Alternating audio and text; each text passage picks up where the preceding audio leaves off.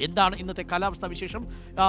നമുക്ക് നോക്കൂ, മഞ്ഞയുള്ള സ്ഥലങ്ങൾ കാസർഗോഡ്, കണ്ണൂർ, വയനാട്, കോഴിക്കോട്, മലപ്പുറം, പാലക്കാട്, തൃശ്ശൂർ, എറണാകുളം, ഇടുക്കി, കോട്ടയം, ആലപ്പുഴ, പത്തനംതിട്ട 12 ജില്ലകളിലാണ് യെല്ലോ അലേർട്ട് ഉള്ളത്.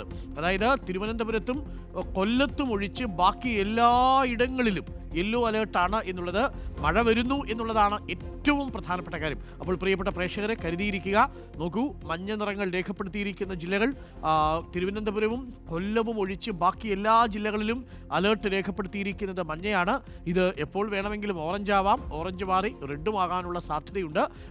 മാത്രമല്ല, കേരളത്തിൽ കാലവർഷം ശനിയാഴ്ച നാളെ എത്താൻ പോവുകയാണ് എന്നുള്ളതാണ് ഏറെ സന്തോഷകരമായ കാര്യം.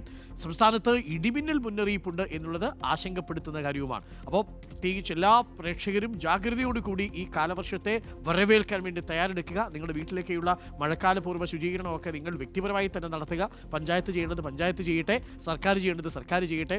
അപ്പം ഈ കൊതുകൊക്കെ വന്ന് മുട്ടയിടാനുള്ള സാധ്യതയുണ്ട്. അപ്പോൾ ഈ വെള്ളം കെട്ടിക്കിടക്കാൻ ഇടയുള്ള എല്ലാ സ്ഥലങ്ങളും അത് കൃത്യമായി തന്നെ സൂക്ഷിച്ചു വെക്കുക.